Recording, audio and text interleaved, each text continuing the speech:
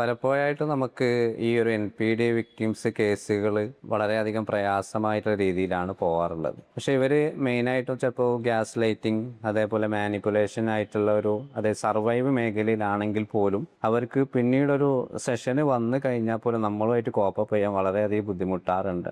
അപ്പോൾ മാമിന് തന്നെ വളരെയധികം എക്സ്പീരിയൻസ് ഉണ്ടാവും, നമ്മളത് റിയലായിട്ട് കേസുകൾ ചെയ്യുന്ന ആളുകളാണ്.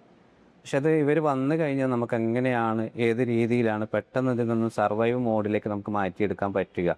അതിന് നമുക്ക് സാധാരണയായിട്ട് നമ്മൾ ആദ്യം ചെയ്യുന്നൊരു കാര്യം എന്ന് പറഞ്ഞാൽ അവർ കടന്നു പോകുന്നത് ഒരു അബ്യൂസിലൂടെ ആണെന്നുള്ളത് ആദ്യം അവർ തന്നെ ഐഡൻറ്റിഫൈ ചെയ്യുക എന്നുള്ളതാണ്. കാരണം ചിലപ്പോൾ അവരൊരു ട്രോമ ബോണ്ടിലായിട്ട് അവർ കടന്നു പോകുന്നതൊരു അബ്യൂസ് ഫേസ് ആണെന്ന് പോലും ചിലപ്പോൾ ഐഡൻറ്റിഫൈ ചെയ്യാൻ പറ്റില്ല. ചിലപ്പോൾ അവർ ആങ്സൈറ്റി എന്നൊക്കെ പറഞ്ഞിട്ടായിരിക്കും പലപ്പോഴും കേസുകളായിട്ട് വരിക. പിന്നീടാണ് അവരത് ഐഡൻറ്റിഫൈ ചെയ്യുക. അപ്പോൾ അവരുടെ ഇമോഷൻ, ആ ഒരു സ്റ്റെബിലിറ്റി മെയിൻറ്റെയിൻ ചെയ്യുക, അവരുടെ ഐഡൻറ്റിറ്റി റീഗെയിൻ ചെയ്യുക, അതുപോലെ അവർക്കൊരു ഹീലിംഗ് കൊടുക്കുക എന്നുള്ളതാണ് പൊതുവേ ചെയ്യുന്നത്.